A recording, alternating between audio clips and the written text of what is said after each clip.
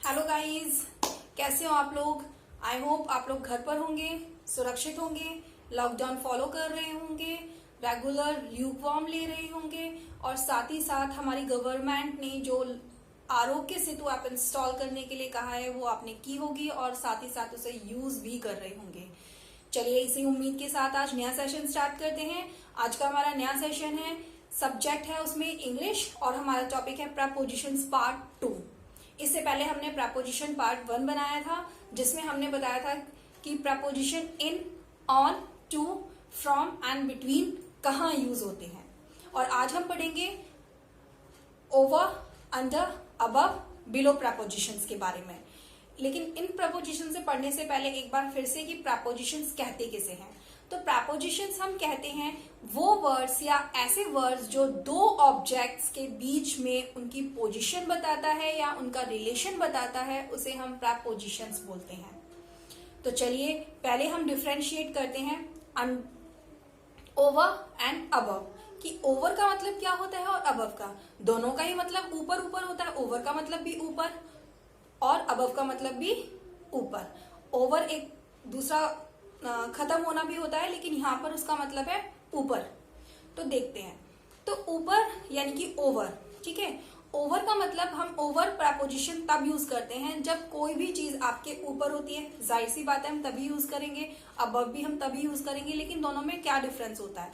तो दोनों में डिफरेंस ये होता है कि जब आपका कोई ऑब्जेक्ट ऐसे स्ट्रेट में, इसे हम वर्टिकल कहते हैं, आपका कोई ऑब्जेक्ट ऐसे स्ट्रेट में हो तो वो हमारा होता है ओवर, और आपका यही ऑब्जेक्ट ऐसे होता है तब हम बोलते हैं अबव। फॉर एग्जाम्पल फैन हम सभी के घर में होते हैं, तो फैन हमेशा ऐसे होते हैं ना, और वो क्या होते हैं हमारे सर के ऊपर होते हैं। तो the fan is over my head, कि जो पंखा है वो मेरे सर के ऊपर है। तो जब कोई भी ऑब्जेक्ट आपका इस लंबी हाइट वाइज में होगा तो वहां पर हम ओवर यूज करते हैं। Tickling is above from my head, पंखा और जो छत है वो दोनों ही आपके सर से ऊपर है, लेकिन उनकी पोजीशन में डिफरेंस है। क्या डिफरेंस है? कि आपका जो फैन है वो इस तरीके से है और आपकी जो छत है वो इस तरीके से है। तो हमेशा याद रखना बच्चों कि जो कोई भी चीज हाइट में इस तरीके से होती है, इस तरीके से आपके सर के ऊपर होती है, या सर के ऊपर नहीं, कोई भी चीज इस हाइट में इस तरीके से होती है, तो वहां पर हम हमेशा ओवर लगाते हैं।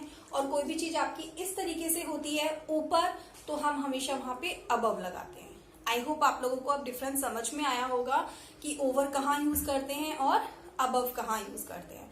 अब हम आते हैं अंडर एंड बिलो। अंडर का मतलब भी क्या होता है? नीचे, और बिलो का मतलब भी क्या होता है? नीचे।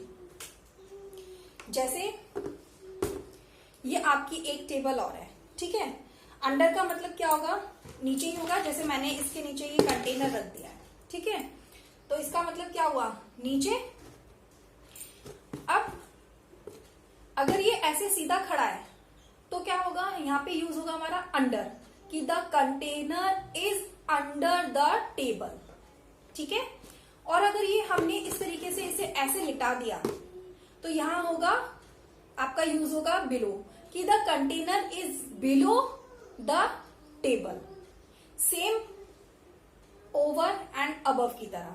ओवर का अपोजिट अंडर है और अबव का अपोजिट बिलो है।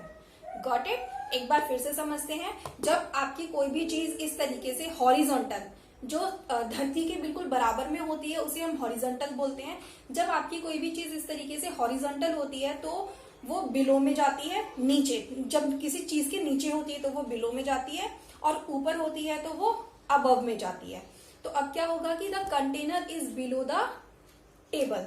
और अगर कोई भी चीज आपकी ऐसे हाइट वाइज, लंबाई ऐसी बढ़ती है, इसे लेकिन हम वर्टिकल बोलते हैं, हाइट वाइज जब ऐसे जाती है तो वो अगर किसी चीज के नीचे है तो वो अंडर में हो जाएगी, और अगर आपके ऊपर है तो वो ओवर हो जाएगी। तो अब ये क्या हो जाएगा कि the container is under the table.